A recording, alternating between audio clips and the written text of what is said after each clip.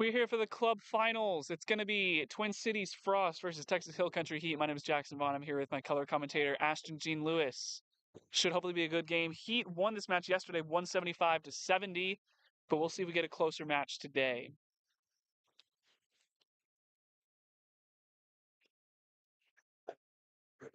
Max Meyer and Frost will start with the quad ball first, as Ben Schluter picks up the dodgeball for Frost. And looks like he's going to start off in their regular 2-2 zone, despite only... actually, they do have control, sorry. Looking for a shot angle here, looking for a quick pass. Early beat onto Schluter. Carlson will flip it behind. Oh, nice block. No! Nearly blocked, but... It's always tough when you're a defender and you know you got your hand on the ball cleanly and it deflects in, you know? Unfortunate stuff. Good effort there. Just unfortunate that it still falls in the hoop. 1-0 to Frost. Hey, in my book and in your hearts, that's still a block for Casey Beavers. 100%. We love Casey Beavers. Team USA's Casey Beavers. Pass out to Melkite. She's going to get beat there. Axtell can't get to the ball in time. Now picks it up. Can't get the dunk. Well tackled by Carlson.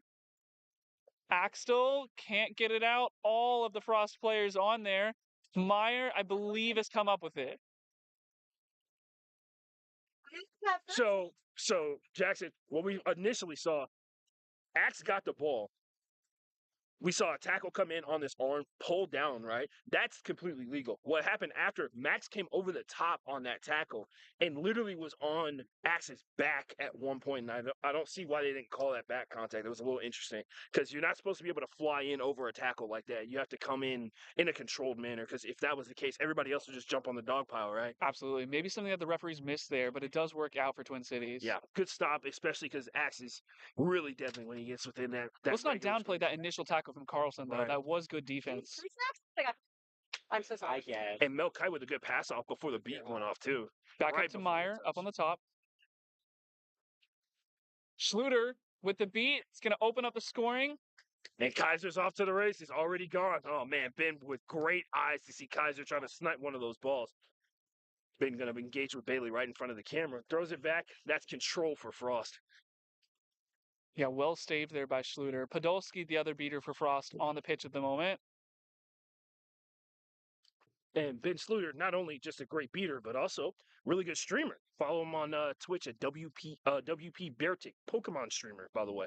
He's on the hunt for every shiny unknown, if you're ever interested. I do love me some shinies. He runs 4 Game Boys at one time, Jackson. It's kind of wild. Casey Beavers, quad ball in hand. Oh, that pass just out of the reach of Sammy Garza there. Miss on Bailey. She hammered on the side. Oh, stepped out. Max forces Sammy Garza to step out of bounds in his tackle, or else that would have been a wide open. Max Meyer now on the races. Only Casey Beavers to beat, and Sammy Garza. Can he get through? I believe he was beat before. Now in the scuffle on the ground, though. Looks like the refs are going to say that Max spun into that tackle, allowing Sammy to make contact from behind. Oh, there's only one ball that's been picked up, and a nice throw Beats Garza. Axtell picks it up, though, on the move. Can he get through? He does. And if you're Axe, you're sitting there, you're arguing to try and get that yellow card for the contact on your neck as you were driving in, but I think you'll settle for the points on the board. No penalty time would be served, of course, because the goal came through. But remember, 3 yellow cards and you are ejected, and your team has to play without whatever position you are for 2 full minutes. Absolutely. So there may be no time, but it gets you one step closer to fouling out of the game completely. We'll see if that comes into contact later. Carlson with the quad ball here. It's going to give it up to Meyer as Carlson has to go back to hoops. Meyer now searching for an option. Trying to get by Garza. The shot deflected by Axtell. Axtell will fall on it, and Heat should have the defensive stop here. Great individual play from Axe on that one, not only getting the clean block on the center hoop, but getting down dirty. He went up high and down low. Lots of hustle there from Axtell. Heat, great defensive play there, and Frost comes up short.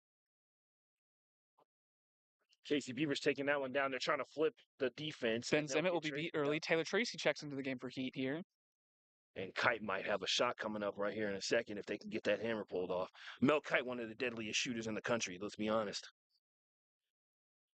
Melkite instead going to pass to the back. Sammy Garza back there now. And Heat currently in wide diamond versus this 2-2 zone from Frost. Interesting choice there. Garza and Kite flipping between each other right now. Taylor Tracy trying to open the lane. Here's Kite. Shot too high. Pass to Beavers. Back, no good. And that may not have been a good goal. Sammy beating himself up about that because he normally nails those kind of shots. But if you're out there, if you're at home watching, that's great teamwork. Mel Kite throwing that ball back to Casey Beavers, taking that shot, giving her an opportunity. The miss goes to Sammy. Sammy misses the shot, but that's 3 good looks at the hoops. Absolutely. If you keep doing that over and over again, you might find yourself in the lead every once in a while. Yeah, great teamwork there. Doesn't work out for him that time. Frost with the 2-1 lead. Out to Carlson, who's now driving. Goes all the way back to Max Meyer. Taylor Tracy trying to clear the way. Dodgeball's in hand. Oh, man! Looks like it was trying to be a pass, but now the Wolf is going to try and come through. It was a good goal for Frost. Sammy Garza on the fast break. Now goes to Axel, trying to get around Max Meyer and the rest of the Frost defense. Axel now will slow down. Sammy Garza now with the quad ball. And we've yet to see Frost shift into a trees defense, which is all the more interesting, especially with how common it is when you only have one bludger. And That there's a pass is fight gonna in come front of the all hoops the there way. for possession of it. Casey Beavers getting wrapped up there. Let's see if it continues to get a little chippy like it's been. Yeah, for the past Sobchak couple attempting to vie for position. Taylor Tracy fakes a play.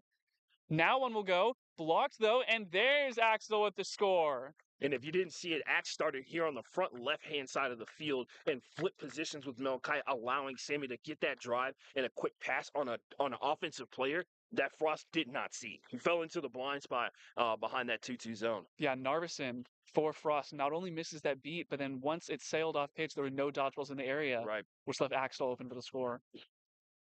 Myers going to send it to Mike Devine now in the game.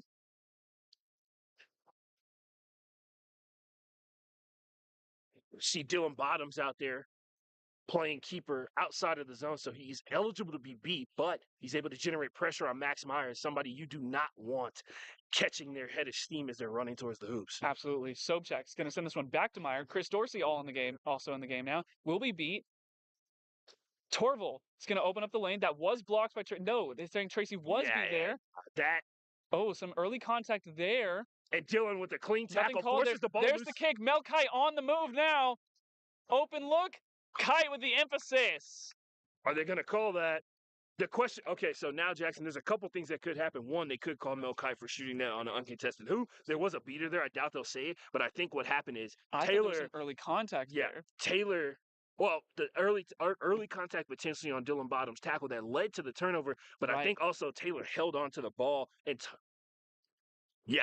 he continued to play. Taylor Tracy was inside of his own keeper zone. He got beat on his arm, and he held on to the ball. And then once he realized he was beat, he just turned his hips and threw his own ball back towards his hoops, giving a disadvantage to TC Frost, who had won that beater exchange. So, surprising they won't take that goal off the board, but we don't. They did take the goal. Oh, sorry, they did take it off the board because it happened that early on into the play. Yes. Yeah. So, unfortunately, that Kite will not be credited with that goal. And to give credit where credit is due, Tia Torval, great play from her. Absolutely. Yeah.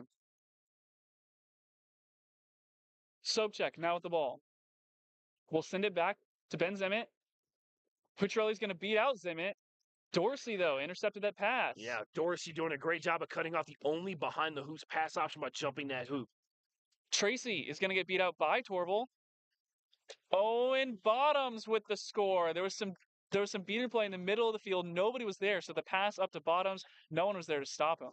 And Taylor was running to try and make that a no bludger situation. Dylan Bottoms there with the easy goal off the Chris Dorsey interception. I do like the aggression there, and Tracy and Pucciarelli are able to keep dodgeball control as well.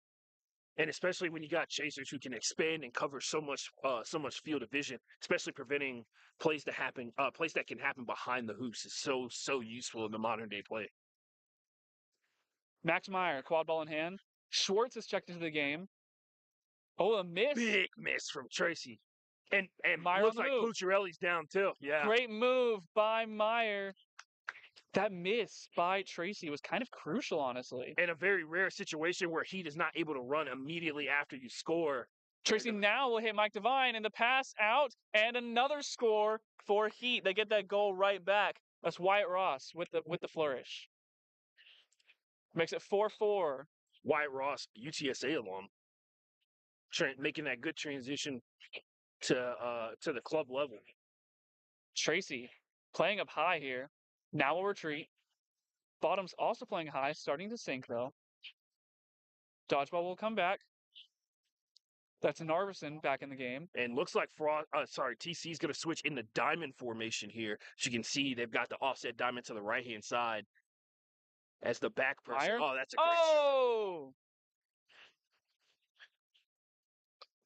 I love to see shots myself as a shooter, but Max Meyer made it look easy. When you have the height advantage and very few people are even level with the ball when you release it above your shoulder, it helps a lot in terms of hitting that top hoop. Absolutely. Dodgeball's in hand for Texas Heat, though, as Nunez checks into the game. Looks like Wyatt's trying to get busy here. See if he switches off with Maggie. Nunez is going to get beat out. Dodgeballs will be turned over, and Dorsey will still score.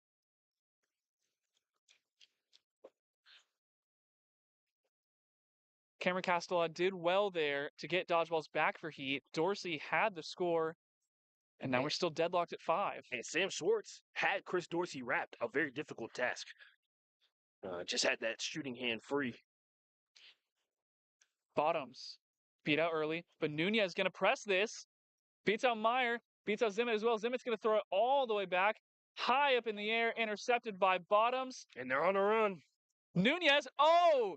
If Narveson doesn't catch that, that would open up a fast break. Great play from Narveson, and they turn over control with Schluter back into the game. So many great plays we're seeing here, mainly because a lot of these players are MLQ players. I would dare say currently right now, 100% of the players on the field also are MLQ players in terms of like starters or second line players. And that means that the elevation level of the quad ball that we're seeing is pretty high. This is definitely the kind of game that you want to see in a club final with a competitive division bid on the line. Wyatt's trying to see what happens with this beater game on the opposite side of the field, and he's going to come up top where he's going to have extra help because Baldy's struggling, and now he's got control. No dodgeballs for Frost. Dorsey picks it up. There's the dunk. Now Heat lead for the first time this game. Moving that ball from the top left to the back right, all the way back across. Oh, another catch from Ben Schluter. Nunez on the other side of the field tried to beat him out. Schluter's going to get it, though. And it's triggered trees from Heat here for the first time today. Trying to take away maybe some of that shooting from Max Meyer, but we know that Frost are still able to be a good driving team as well. And write that down on the ticker sheet in terms of keeping tracking stats and film. That's a pure loss in the beater game. Long beat attempt there from Narveson. Falling on the ground, Meyer, there's the shot in the goal. And once again, for the second time today, Heat not able to go on a straight run after their opponent scores. TCQC really turning this game on its head. This is 60-60 currently. Very, very impressive, especially considering yesterday it was 175 to 60 in total. So 175 to 70, yeah. It was a much bigger blowout, if you will, for Heat. The roster depth was something that we talked about yesterday. We should also point out TC it has 14 people here today. Right, whereas Heat brought a full roster. Yeah. Oh, there's the flip. It's going to go too far. Ross is still going to pick this up. Beat, though. Now Axel trying to get in the play. Good dive. Came off Broom, though. Yeah. And TC Frost will stabilize. Wyatt doing a really good job. And that's one thing about Heat. Very rarely are you ever going to catch a Heat chaser or keeper with the ball in their hand as you're beating them. They're always keeping the ball moving because they have faith that their teammates are going to either be able to make a play with it or they're going to be able to scoop it up after they've released the ball. What you can't do is get caught with the ball in your hand, and you see it very often here, and that's where a lot of Heat's goals come from. Yeah, and that's a testament to their depth as well, that you have so many great options. Right. Where even if you are beat, you know you have faith in your team to still make a play. Both dodgeballs for Frost are in the back half of the pitch, so now Baldy's technically in a no bludger situation, and he's just going to start taking out chasers here. Some great defense from Bottoms, though, on Zimmett. Now the beat's going to come through. Zimmett is going to throw it all the way back for the reset. TC Frost. We're going to have to play this one slow. Full reset here. Let's see if, and they will, Heat is going to stay in trees in this situation. Max Meyer, bring this one up the pitch. Only one dodgeball available for Frost at the moment. No, sorry, two of them are. Schluter, as he picks out Castellaw. And look at that beater positioning right now here, Jackson. Both beaters parallel to the hoops on the side. Don't see that too often. Unarmed beaters down, but Ben is about to get beaten out by Baldy. Uses that dodgeball. That's opening the lane. Great tackle by Bottoms. It's not going to matter as Meyer still finds the shot. Great job from the beaters for TC on that one by splitting the attention of not only Baldy but his partner as well. And they were looking two opposite directions. And as soon as the beater attack happened, their chasers were on top of it. Max Yeah. Myers with a great goal. One of the rare abilities you saw Max get a full human grown adult land on his back, and he was able to keep his balance. That's great strength. Don't skip Absolutely. leg day, kids. Nunez was forced to take that exchange, which he did end up winning. It does flip dodgeballs here. Now the quad ball going to go behind. And Bailey's There's the bailing shot. on this. Oh, and the tip, Axel. This is bad. All three dodgeballs are in the heat half of the field here. Let's see if they turn this into pressure. Ben's going to have to pick it up, and he doesn't. Oh, man. Three So- dodgeballs back. So, Jackson, they're now not going to pick up one of the dodgeballs, preventing TC Preventing the immunity. Yes. So that's why Ben had to contend with Bailey when he ran back there. That dodgeball is on the outer edge. Somebody's got to figure out how to get there. And Frost is saying, hey, if you're Zimmick's going to try and get I through, think he just realized what happened. Yeah, he just realized that. Sorry, they just realized what was going on. And now This it's a could be fast break bad, opportunity. Sammy Garza, there's one behind. Schluter's going to rip it back. Can Podolski make a play here? He's going to pick it up. Kicks it into Garza. He kicked Garza in the neck, and that one's got to. That's not point blank. That's not within 6 yards. They're trying to call that one, and Jackson is heated. Sammy Garza got hit straight in the throat by that dodgeball. And on top of that, Sammy's wearing what we call a Q collar. So he's got an extra piece of hardware to prevent concussions on his neck. So it probably snapped against that as well. An unfortunate play there. I mean, it's a great play by Podolski to get the beat and stop the fast break. But the result is always tough when you see somebody take a hit like that and you don't see a card for a dangerous play. Sobchak, pass to Dickey. Oh, deflected in the air. That is going to be TC's ball because it was deflected out by. Oh, I guess not. No, that was still is heat ball. If it goes off the dodgeball, it remains with the team. It remains with it's still a turnover. Right. See, we got Boxer Diamond from Heat here. Axtell with the quad ball. And Mel's lined up in front of one of these hoops over here with a potential hammer play on her side. Good block there from Axtell. Reset play up to Sammy Garza. Garza now to Kite. Johnson thought about the beat. Now to Garza. They pulled the hammer off, but there's nobody there to see it, and the ball's loose. Podolski and Jackson are fighting for a dodgeball. Down the run goes loose. Dickey. Gonna get beat, though.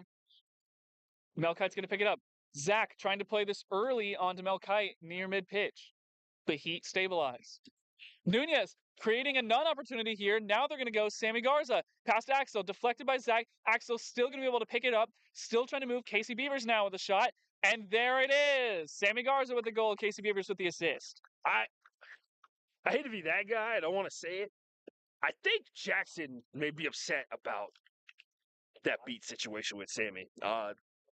One of those throws against Podolski looked like it had a little bit of extra sauce on it, but Jackson also is naturally a hard-throwing beater anyway, so there's a reason he's on Team USA, right? So yeah, Jackson Johnson, one of the better beaters, not only for one him, of the best in the world, man. Let's be honest. Yeah.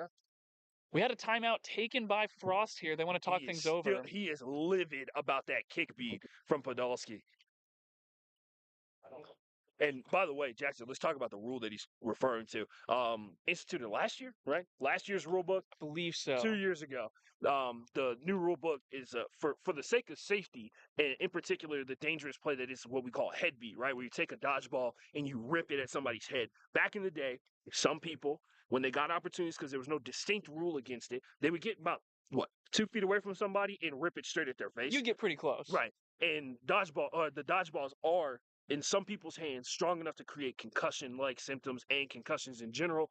And so for the sake of safety, there's now a rule about the gray area of when head beats actually occur, right? And so anything within 6 yards that is with great force behind it counts as a yellow, right? Anything outside of 6 yards, which is the argument that the refs are trying to make, that Podolski kicked the ball more than 6 yards away into Sammy Garza's throat, they're going to say that that's not head beat contact. Now, I'm not sure, and if you can speak on this, it definitely was incidental from Podolski. He definitely was not aiming for the neck of Sammy Garza. There's no way that you can sit there and justify and be like, somebody kicked that with that much accuracy into and with somebody. The intent, right. Now, if you threw it at him, then different story. Like they threw it at him, it'd be a little different story. But because it's a kick beat, I think that might be why the referees decided not to call that. Do hope Sammy Garza's okay, though, making sure that... Yeah, Sammy's good. I mean, I think he scored, on the play right after it, so... Would not surprise me. Maybe That's what a makes little him bit feel upset. good. You know, it makes him feel a little bit better. Getting some buckets. Still getting the That's what he score. does. That's what he does. Frost, we'll see what kind of adjustments they have to make. You're down 1 here. They did take the timeout. Schluter with the dodgeball. Oh, a light Interesting. toss, though. Easily defended.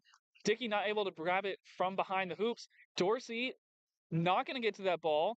Still picked up. I believe Dickey stepped out there. And Ben got caught in the midst of reloading his throw, and that's when Jackson threw it at him. That's why that ball came out a little funny. Nunez moving quick to try and take out the beater of Frost. Oh, deflected. I think it went into his foot. Not going to get called for the beat.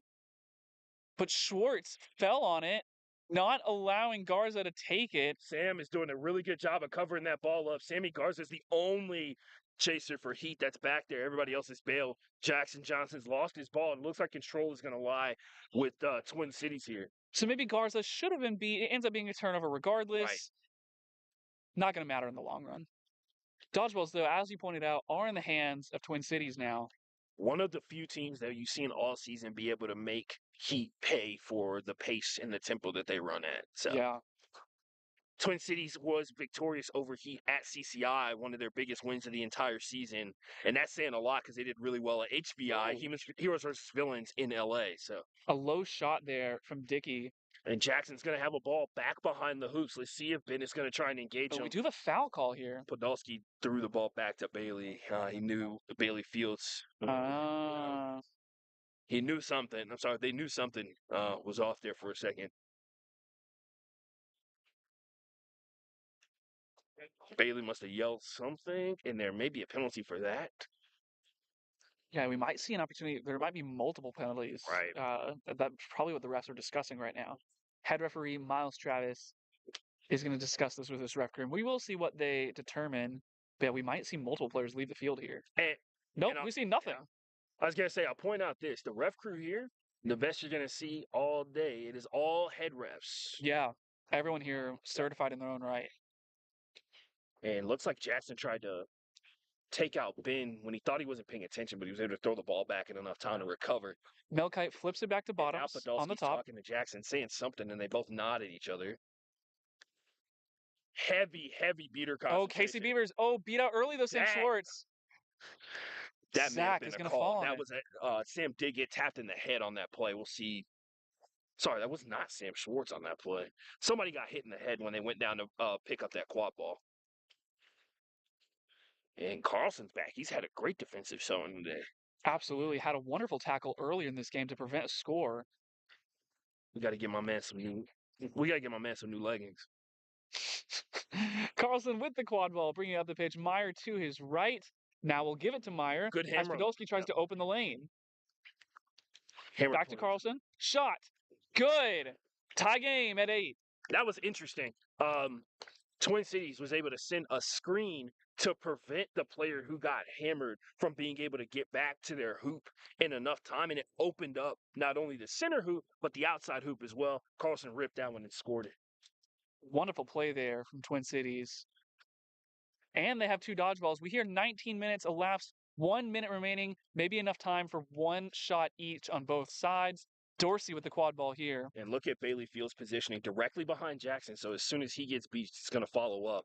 Casey Beavers on the drive. Sends it back to Kite. Ball's loose, and it's going to be in Twin Cities' hands. Jackson's going to be down again. And we're starting to see something eerily reminiscent of what that CCI victory for Twin Cities looked like, and that was control, heavy control of the dodgeballs throughout the course of this game. It feels like the last 4 or 5 possessions, dodgeball control has been with Twin Cities. Whereas early on in this game, it was a little bit of back and forth. We do see Torval stepping in, as well as Narbison, new beaters for Twin Cities. And Casey and Chris Dorsey are going to switch from side hoop to middle hoop. Casey going to be defending the middle hoop. Carlson to Zimmett up top. Back to Carlson. Trying to find an opening. Twin Cities down a chaser now because of the attempted screen. Bailey Fields is going to take one of them out. See if they switch. They do not. Fakes the handoff. Now we'll go to Max Meyer. All the dodgeballs are down. Bailey's the only beater with the ball. Great tackle there from Bottoms as well. Still making contact. Ball is out. I think this is going to be a foul on Dylan Bottoms. This is tough. This is tough. There's the intermission. 20 minutes. Okay. I was gonna say this one's tough because it didn't look like they were really trying to hold each other. It felt like Max was trying to get his broom out so he could pop up and run back, and Bottoms was trying to get his arm from in between Max's broom. But 20 minutes, this game's tied up, Jackson. If we got a much better game than we had yesterday. Set score is going to be 140. I mean, at this point, it seems like whichever team is able to pull is going to have a massive advantage in this game. I will say this: typically, when you see situations that are going on like this, tie game, you're about to go in a snitch on pitch.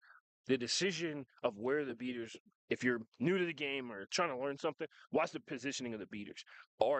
Is Heat going to send one to play defense on quad ball or both to go play defense on the seeker? Because at the end of the day, regardless of what happens, this score is 0-0. You need 60 points to win. No, Right. doesn't matter how you get it. Right. You at the end of the day, you have to, whether you pull the cinch or not, you need at least 3 quad Right. ball points. Right. And some teams get to the point where once you get your 3 quad ball points, you stop focusing on flag runner as much and start focusing your energy on getting those last 3 quad ball Just to points. try and pull. Right.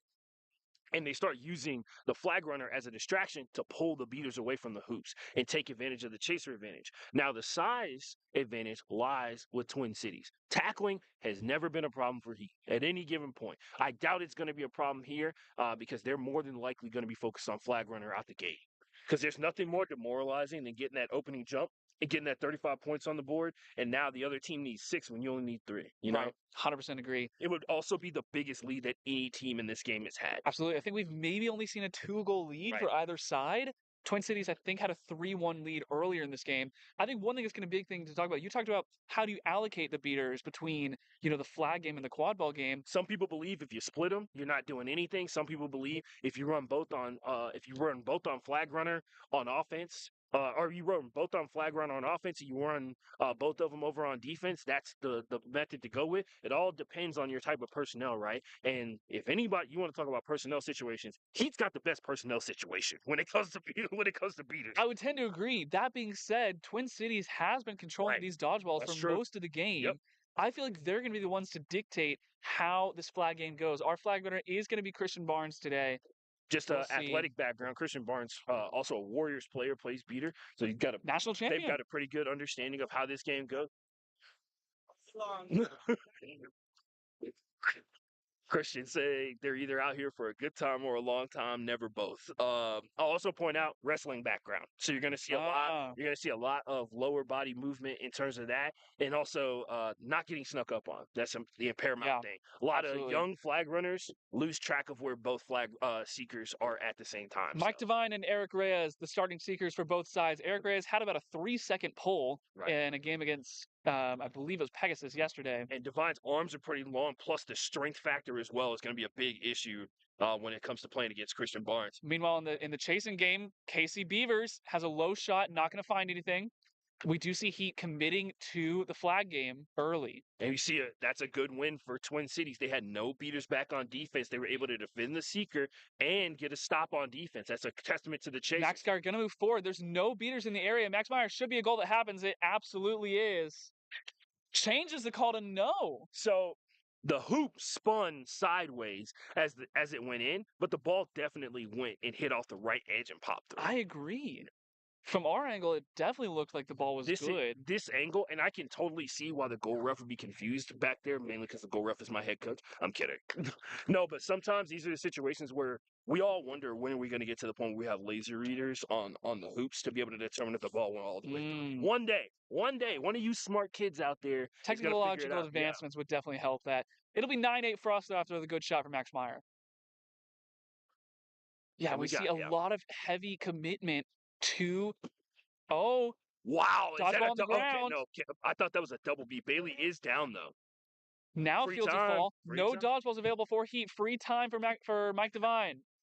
But now back in the play. Here comes Jackson Johnson. And we saw a good dunk there by Heat.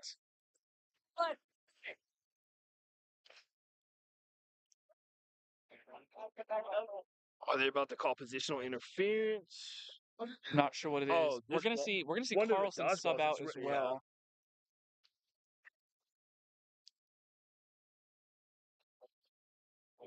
Oh, they're talking about a seeker swat. Getting Because rules it clarification. was. I mean, I felt like it was one smooth motion. It didn't feel like it hit him twice, right? Like he swung his arm up and then his arm didn't move again. They're not discussing the SWAT. They're discussing the Okay. initial point of contact after the SWAT of the dodge. Right, because if you're at home, you can swat at the ball, but if it rolls or pops off you another time, it's the same thing as if you miss the swat, and it's an illegal contact. This is why in MLQ, when they do have this rule in MLQ, a lot of teams tell you don't swat at all. They're gonna Early. call nothing. Oh, Jackson Johnson's going to win that exchange. Tries to toss one back. Just going to force Narveson to run for it. Ryan Dickey in here at the chaser position, running down the middle free, Eric Reyes getting some free time with the but driving flag. towards the Dive, opponent. can't get it. Yeah. And Eric's got to do a better job of controlling the flag runner situation. He drove Mike right Devine with some towards time Twin as well. Cities. Johnson will beat out Devine. Meanwhile, in the quadball game, Chris Dorsey is able to fall on it after a miss from TC Frost. And that's 2 defensive stops from TC. And Now on Sammy the run, Garza's it's on the Sammy run. Garza. Just got to be. Oh, just missed that beat. I Score. think the sidestep helped. New seeker, it's John Alvarez instead of Eric Reyes for Texas Hill Country Heat. We do see a tie game. It's 9-9. And make is it because the ball went too far? Oh, one secret note in this situation. Watch John Alvarez. He's been working on this specific not been working on. He has this specific technique. If you see him on the ground in between the flag runner's legs, he has a second hop. He actually pulled it. He has a second hop technique that was popularized by Springs LaFoy, a guy who graduated from Texas State, which is where John Alvarez went to as well. So Springs, they called him Springs because he would be on the ground. He could jump like 3 feet in the air. It was crazy. I used to be on the League City Legends with him. So shout out Springs. Very fun technique. We'll see if John Alvarez employs that. And correction, it is 10-9 is the scoreline. A reminder, the set score 140. We are going to see another stoppage here. We're going to see a discussion, definitely, from the referees and the flag runner. What do you think they're talking about? I'm not entirely sure. I'm actually confused. Can't tell. Anybody? Were they trying to call uncontested on that goal, perhaps? But there was a defender in front of Sammy Garza. If you're at home watching, uncontested is when there's nobody in front of you and you rip the ball out of bounds, like super hard, or knock over the hoop. As like a delay of game tactic. Delay of game. As a person who hates running, I tend to try and do it as much as possible just because, you get to walk back on defense. So definitely a strategy to be employed. Jackson is down. Bailey is still up, though, and she's going to be in control of 2 dodgeballs. Alvarez free time with the flag right now. Dorsey is going to get that dunk, and now a pull will win the game for Heat. Right. Chris Dorsey with the 3rd quad ball point needed, and John Alvarez getting closer and closer. Let's see if he goes to his secondary move. We see Narveson close here. Now is going to be to Alvarez. Hopefully Mike Devine will be able to get some time, but the Heat beaters in the area. Ben Zimmett, meanwhile, in the quad ball game, is going to pass it to Dickey. Axtell with the tackle, comes off Broom, and now Dickey will drive. Low shot. That's going to be dislodging. It has to be. A defender slid and knocked over the center hoop. Ryan Dickey was over there looking, and they're trying to see if Ryan even touched the defender. It looks like it is going to be dislodging of the hoop. It'll get the ball back to Ryan Dickey, and he'll be like 3 yards away from the hoop. Wow. The ball at the feet of Carlson right now, though. They will at least get another chance. Thought they would give it to Dickey behind, but guess dislodging the hoop doesn't reset the location of the player. It's kind of Johnson's going to beat out Torval here. Oh, Johnson's going to get beat out himself, but no beaters in the area around the flag runner. No beaters near Heat's hoops either. Dickey's up. He's got an advantage. He's down a chaser right now. Zimmett working on being tackled, gets it out to Dickey. Axel and Kite there. Axel making another tackle, comes off Broom. Now Zimmett will force it all the way to Dickey, who's able to find the dunk over Casey Beavers. It's now 11-10. Still one more goal needed to win the game with the flagpole. Fantastic. If you are Frost. Fantastic passing by Twin Cities on that last possession, by the way. 4 passes before the goal was scored. John Alvarez is going to get beat. So is Mike Devine. So the flag runner going to take a rest here. But now Heat on the drive. There's another dislodgement. Was it off a slot? So this is tough when you have a defender in trees, because typically what the ref will defer to is that the defender stood up and then the offensive player knocked them into the hoop, which will cancel out the dislodgement of it. But if they slid and knocked over the hoop, they're going to call it. I think that is what head referee Miles Travis is discussing. Either way, even if it's not, look where Axtell is right now. He's right next to the hoop anyway. Yeah, and we've already remembered collectively that they do not reset your location after the dislodgement of the hoop. So they're having a long conversation. Thanks, partner. Mike Devine having fun with the sideline. The Kansas Jayhawks, who came all the way out here to Southwest Regionals, reminding Twin Cities Seeker that if he catches them, you will be in the league. It's true. Oh, It's important to know that. It's this important is to know true. sometimes. Great point to make out. If they catch, they will in fact be in the lead. Mike is Yellow really- card. Yeah, it's dislodgement. I will point this out. Mike Devine has gotten probably a collective 10 seconds on the flag runner most of this. Yeah, it's not been much. It's been primarily towards Heat with time on the flag runner. We do see a timeout taken by Heat now. When they do resume, Axel is going to be right by the hoop, and it should be a goal that comes for Heat. This is still very in reach though for Frost. Yeah, and that's the interesting portion here. Does Frost choose to continue to stick with trees, especially knowing that they will not have beater help back, right? Like they've won a couple of these beater exchanges in front of the flag runner, but it hasn't been enough for them to actually get any alone time since early on during snitch on pitch or flag runner on pitch for Twin Cities. So they got to get Mike a chance, you know, Absolutely. or it's pointless to even make a fight in that area. 100%. Now they have gotten 2 goals by themselves, so they are 1 goal away from being in a pull win situation as well. So Heat, of course, already in that situation. They will have the extra goal here, assuming Axtell doesn't miss. He's 2 feet away from the hoop. And Jackson, I just want to point out, I know you're really young, but a lot of the complaints from the older players in this game is that situations like this don't exist anymore. Where pulling the flag runner wins you the game. We're in one of these situations. If you're out there and you're a media person in quad ball, we're in the snitch runner pull situation. All right? Cool. Everybody complains about it all the time that it never happens anymore. Here's one of those situations. Southwest Regional Championship on the line. Boom. Yeah, Mike Devine redonning that Seeker headband. I mean, you need to see Frost commit to this. Yeah. Heat are about to score again. Cody's about to get busy. Cody Narvison's really good, really talented. He's about to get busy on this one, no doubt. Narvison gonna have to pull off. Oh man, I mean, he's got to turn over some dodgeballs here at least to try and buy Mike Devine some time, or at least put him in a situation where the Heat beaters aren't around the flag runner. And they've been, I mean, it's like a fortress when it's Bailey Fields and Jackson out there, you know? It's like they're almost omnipresent. They're everywhere all at one time, but they're nowhere, you know? Nigh impenetrable, honestly. We're seeing a change of the quad ball here, I guess. This would put Heat 2 away from winning, right? Yeah. And there it is. Axel sends it through. 12-10 now the score. Cody by himself. Cody with the good throw. Jackson's down. Nearly able to do it. Podolski can't get the dodgeball there, and now Eric Reyes has alone time with the flag runner. And if you're watching at home, Eric Reyes is doing a really good job of hiding his arm length from Christian so that they are not aware of how far he can reach around their back. Oh, there was a dive. Can't find it. Pass cross hoop. There's a dunk. Now we're in a pull win situation. There we go. Great pass across the pitch and great catch up front.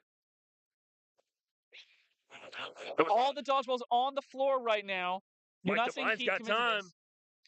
Devine does have time. A pull does win. There's the dive. Not going to pull. Devine still with a chance. Got so close there. Reyes now back is going to get beat out. Devine. Axtell beat out. Now running the other way is Zimmett for Frost. And that's a defensive stop for Twin Cities. This will cut it down. They'll need 2 to win if they can pull one off on this possession. Of course, Devine still wins the game. So does Eric Reyes if either of them can pull. Jackson's back in it. I think he just took out Cody, but it looks like Twin Cities is going to be able to rally and regain possession of the snitch area. Great deflection by Eric Reyes. He just swatted that dodgeball all the way back into his own keeper zone. He's going to turn over control again. It's a great play by Eric Reyes, even though he's not going to get time. Devine will. We have a scuffle here for the quad ball. Yeah, Carlson's trying to break free. He almost is, but Axe has his hand. Axe has the ball completely wrapped. So if Carlson even gets up, he won't have time, and it might be the 10 seconds in the zone. I think it absolutely is going to be. None of the dodgeballs were in the area, so neither of the beaters were able to resolve the scuffle on their own. Yeah. So new rule, and it's actually really brilliant because it gives defenses another option. If you're down on the ground and your keeper has possession of the ball, they complete a 10-second count like you have in boxing. The possession goes to the defensive team. So It's a great Dylan rule. Bottoms is the keeper in this situation, number 3. He was making contact with Carlson that entire time, and that's gonna be back to hoops on Carlson because he tried to wrap a keeper in their own zone. Narveson tried to beat. Oh, Alvarez so close to pulling there, can't get it. We see coming on the quad ball game though. We got a dodgeball rolling off pitch. Axtell's gonna score. Podolski. Game. Oh my! There's a goal. That may have just done it. That's Luke Zach with a great. Actually, that's the same side hand pull. So he went across Christian's body with his inside hand and was able to reach in there and pull it. Luke Zach may have just given his team the victory. They're going to talk it over. The goal was scored by Heat. It would have put them one away, but we're going to see a victory for Frost if this poll stands. And if it goes back to where we were before, that's 2 goals away for both teams to win. And Bailey Fields and Jackson going to get busy on this one. They've been killing it so far during flag runner on pitch. Well, the goal by Heat made it so they only need Right, one more goal to right, win. you're right. Like I said, people say this situation never happens, and here we are. Oh, it is tight, and you see a 2-goal advantage for Heat that may just be erased. The catch is good. Frost have won the game. They will take the bid. They win the Southwest National Qualifier in Oklahoma after the poll from Luke Zach. And if I'm not mistaken, this makes Twin Cities Quadball Club the first ever non-Southwest team to win the Southwest Regional. I would not be surprised. It's probably been Heat and Cav for a long time. I mean, Texas Cav having, many championships. R.I.P. Heat as well. I mean, that too. Twin Cities you're probably right. The first out-of-region team to take it. A wonderful game out of Twin Cities Frost. And we see Heat played a Bailey- great game as well. We see Bailey Fields feeling those emotions. She has worked really hard for a long period of time, and there's a reason she's one of the best beaters in the world. And it's always debilitating when you give that much effort, especially if you ever played just one time flag on pitch. When you're a beater, you're constantly getting beat. You're just basically running ring sprints and trying to make it happen and everything like that. And Bailey's down, and she's I mean, I think we've all been there, right? Every player who's played Absolutely. this game, if you've ever gotten anywhere in this game, you're feeling what Bailey feels right now. So, just give her some time, she'll be all right. But yeah, congratulations to Twin Cities Quad Ball Club after a day